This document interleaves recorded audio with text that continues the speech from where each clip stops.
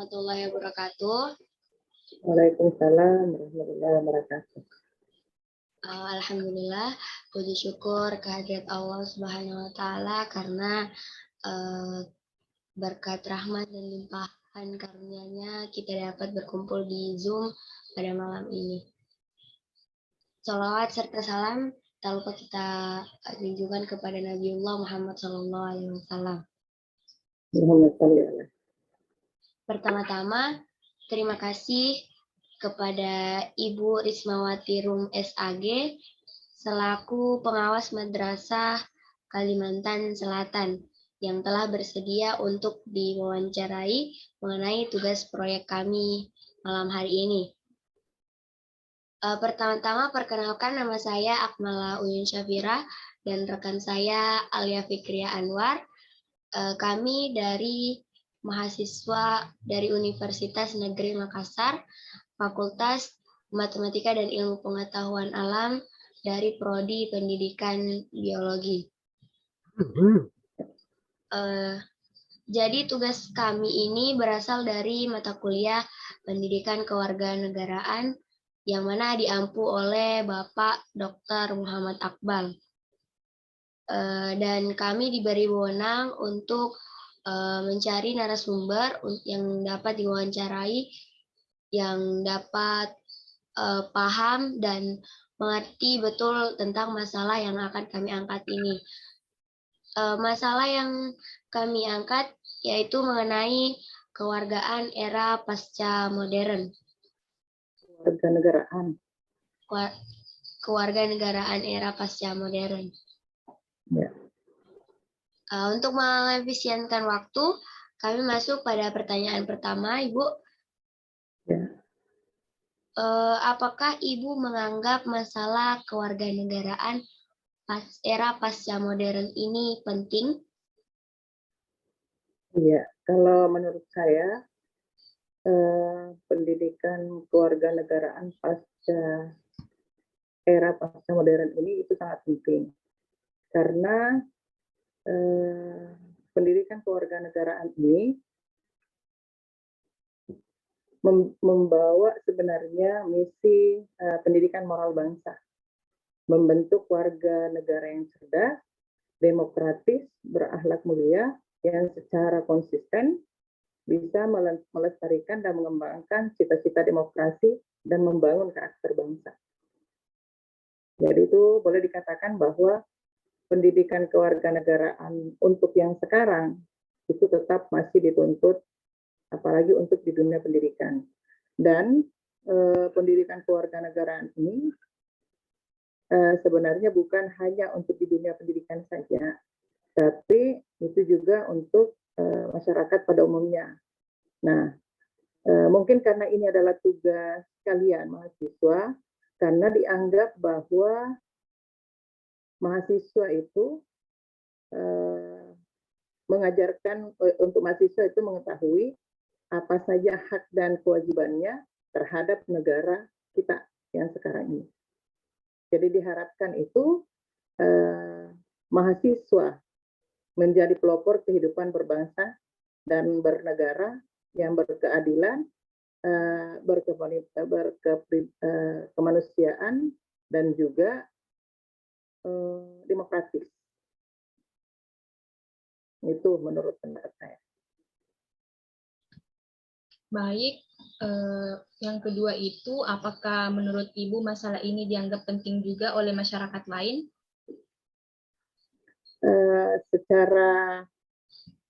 Kalau secara pribadi, di dunia pendidikan itu penting. Juga di dunia masyarakat itu penting. Kenapa? Karena masyarakatlah sebenarnya yang memegang tonggak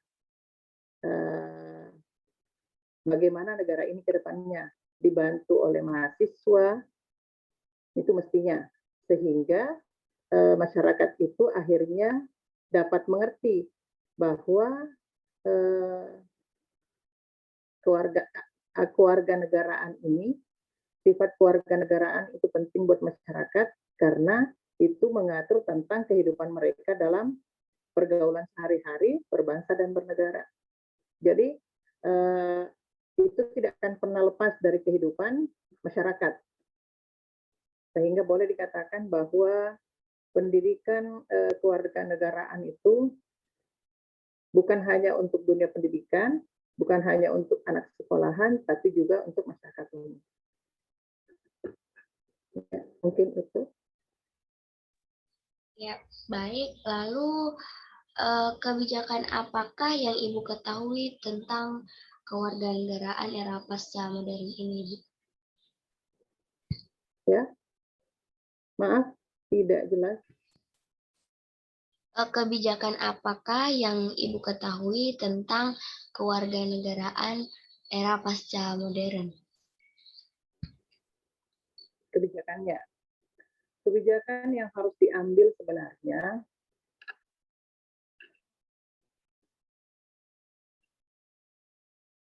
kebijakan yang harus diambil untuk mengatasi masalah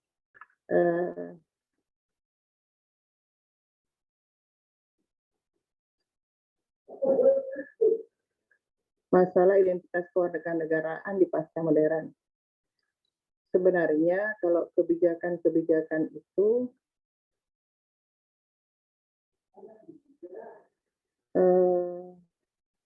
khusus untuk masyarakat, baik masyarakat maupun dunia pendidikan, pemerintah harus turun tangan selain mahasiswa atau sekolah di dunia pendidikan menengah mulai dasar sampai atas, kemudian mahasiswa, pemerintah harus pemerintah harus bekerja sama untuk menghadapi keadaan yang istilahnya sangat memprihatinkan untuk saat ini karena akan melibatkan banyak hal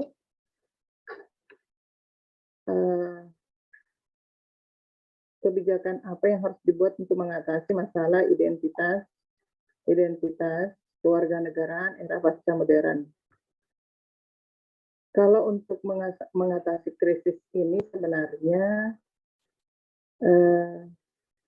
kita harus tahu dulu kalau kebijakan itu akan diambil oleh pemerintah misalnya sebagai pemegang kekuasaan, maka kita harus tahu dulu apa sebenarnya identitas nasional itu sebenarnya. Jadi karena identitas nasional itu merupakan manifestasi dari nilai-nilai budaya yang tumbuh dan berkembang dalam berbagai aspek kehidupan dan akan menjadi ciri khas bagi bangsa Indonesia yang berbeda dengan bangsa lain. Jadi kebijakan yang diambil, mungkin langkah atau kebijakan yang diambil pemerintah di sini itu akan sangat penting mungkin bagi untuk dunia pendidikan bahwa pemerintah harus membatasi atau membatasi dan sekaligus memberikan kebebasan kepada masyarakat untuk menggunakan aset-aset negara. Kemudian selain itu, karena ini merupakan ciri khas bagi bangsa Indonesia yang berbeda dengan bangsa lain, maka kenapa berbeda? Karena kita berdasar pada nilai luhur dari Pancasila itu sendiri. Jadi kalau langkah yang diambil itu ya memberikan kebebasan masyarakat untuk mengaktualisasikan Pancasila ini dalam untuk mencerminkan dan menyelenggarakan dalam kehidupan berbangsa dan bermasyarakat. Itu.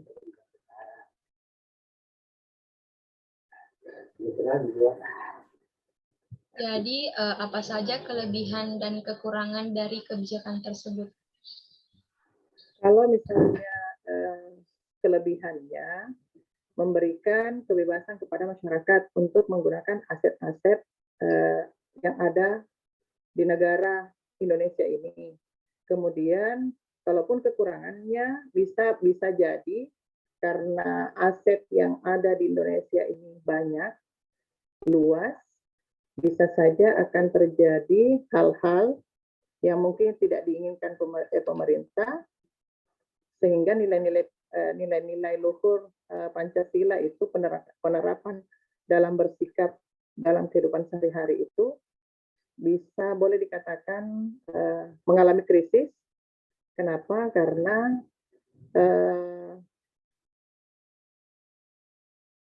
adanya era globalisasi atau modernisasi ini yang terlalu bebas.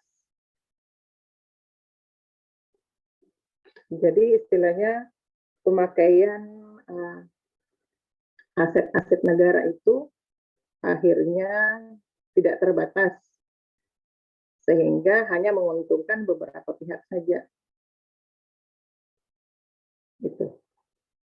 Itu menurut saya.